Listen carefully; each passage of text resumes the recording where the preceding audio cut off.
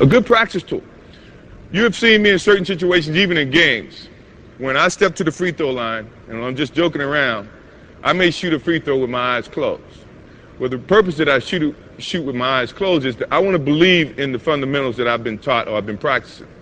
So the best way to do that is to do it with your eyes closed. Nothing changes. When you step to the free throw line and you go through your ritual and you set your target, and now that you close your eyes, you think the dimensions change? No. You're still 15 feet from the basket. The rim's still 10 feet high. So everything should be kept on the same plane. And if you have total comfort in your free throw stroke or your fundamentals, you should be able to make that shot. Not just going to shoot with the same percentage, but when you release it, you know it's in the same target, at the same target, with the same type of shot. So, good practice tool is to start, go through your ritual, see everything, make the first one with your eyes open. So now it isn't, you have everything in rhythm. Then go through the same ritual, look at your target, and right before you shoot it, close your eyes. It shouldn't change. But that's a good practice tool. Now, a lot of guys who don't have comfort in their free throw shot, when they close their eyes, they either shoot it short, shoot it right, shoot it left. And that's a good way to test your fundamentals under pressure. Because if you can shoot them with your eyes closed, quite naturally you can shoot them when there's 64,000 people paying attention to your shot. Another tool for getting the correct backspin, as I talked earlier about, once the ball hits the rim and starts to bounce around a little bit, may give you a better chance of making a shot, is when you're laying at home at night and you're really bored, take your basketball, which you're probably sleeping with if you're a basketball player, and shoot straight up. Lay your head on the pillow, shoot it straight up, and try to have the basketball come back on your nose. Now, if you can do that and do it with some consistency, then you get the correct form of a shot. Not just a free throw shot, but a shot in general. And the best way to do that is take it and finish it. What I used to do is I try to shoot it straight up and catch it right on my nose. As you can see, the finish and everything, the backspin is perfect. You're shooting it off of these 3 fingers. Now, if you're using these 2 fingers, the ball is going to start to go left or right, and it's not going to end up on your nose. It's probably going to end up on your ear or miss your head to the left. And these are the thoughts that you should work on, just trying to enhance your correct follow-through and your correct form as a shooter. They work for me. They may not work for you, but at least give it a try. Next thing you know, you'll be a better free throw shooter.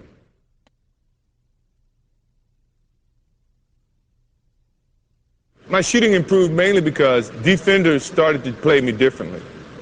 Once I created an aggressive driving motion to the basketball, the defenders started to play off of me, which I was forced to take that shot and be effective with that shot. So I started working on it more and more because that's exactly what the defense was giving me.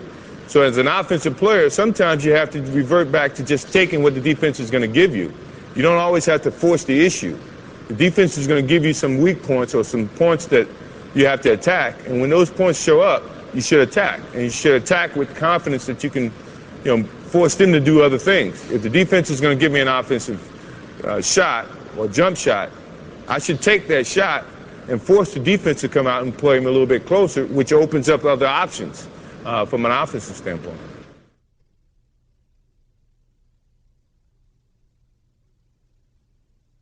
Triple threat. It's basically what it is. You have 3 options when you're in that stance. You can either shoot the basketball, you can pass the basketball, or you can drive the basketball. And using those 3 options, I think you should always articulate what the defense is doing to you.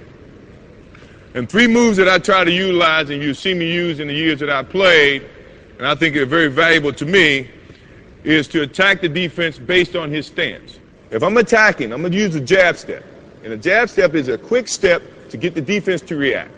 And if the defense does not react, then you have a lot of other options that you can go about that. So jab step with your right foot, defense does not react, you go past and putting the ball here so that the defense cannot get to it.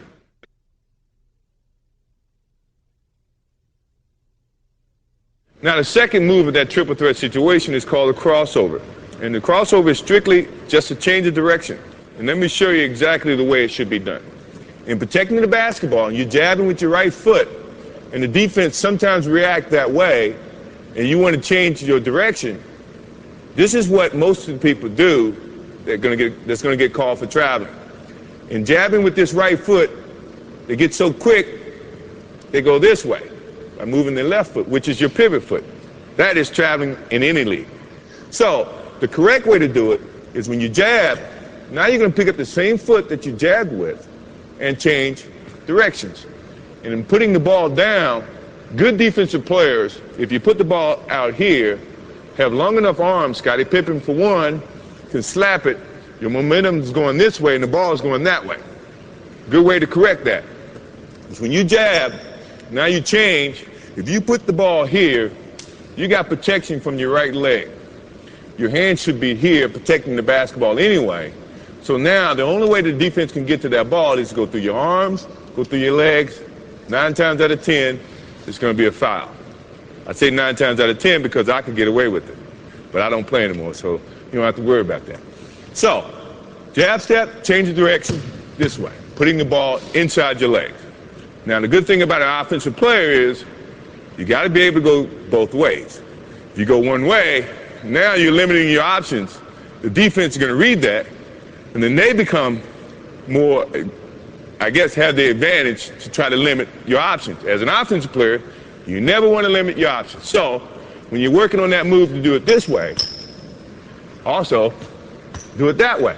So now you can have 2 options.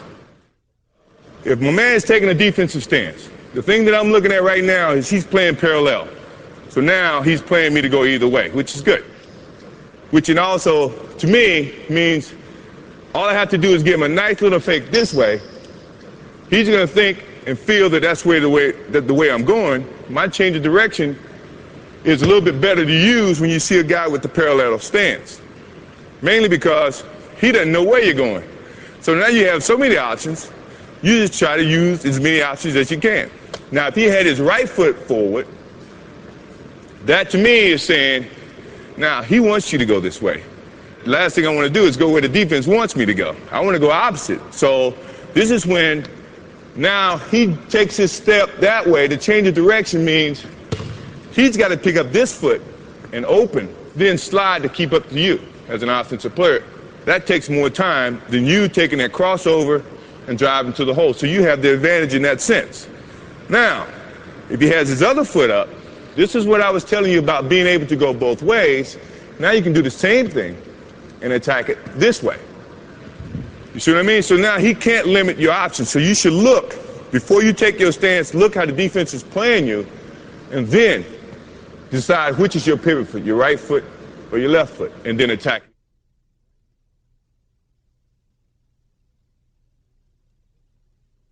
For all the kids who want to be a better basketball player, I think you should improve your weaknesses to where they become strengths, and at the same time, improve your strengths to where you don't have any weaknesses. So work at it well-roundedly and try to become the best basketball player you can be. Once you get to that level, then you're an MVP in your own mind.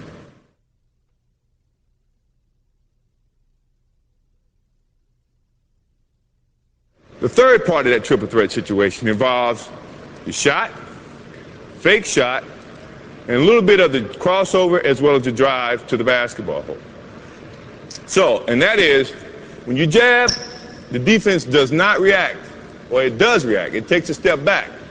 Now, you bring the shot into motion. If you fake this, or you want to shoot it, or if you're a good shooter, this is a move you probably should use more often because it gets the defense off balance.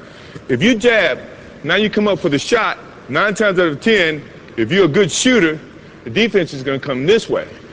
And as a defensive player, you never want to be out of position. Once you're out of the air or out of position, offensive player can attack that position. So when the defense goes up, now you can go this way, go to the hole, stop, pull up, and shoot a jump shot. All right?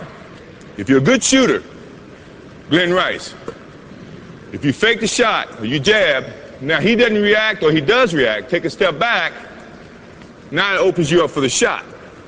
Now if you make a couple of those shots, his first reaction is, well, I can't let him shoot another jump shot. I got to come up there and challenge it. So he's going to come up and challenge. Now I'm going past him because he's out of his defensive stance. So if you understand what I'm talking about, it puts the offensive player in a great advantage because the defense the whole time is guessing. And you know when you guess, you have an opportunity of being right, and you have an opportunity of being wrong. And I like those odds as an offensive player.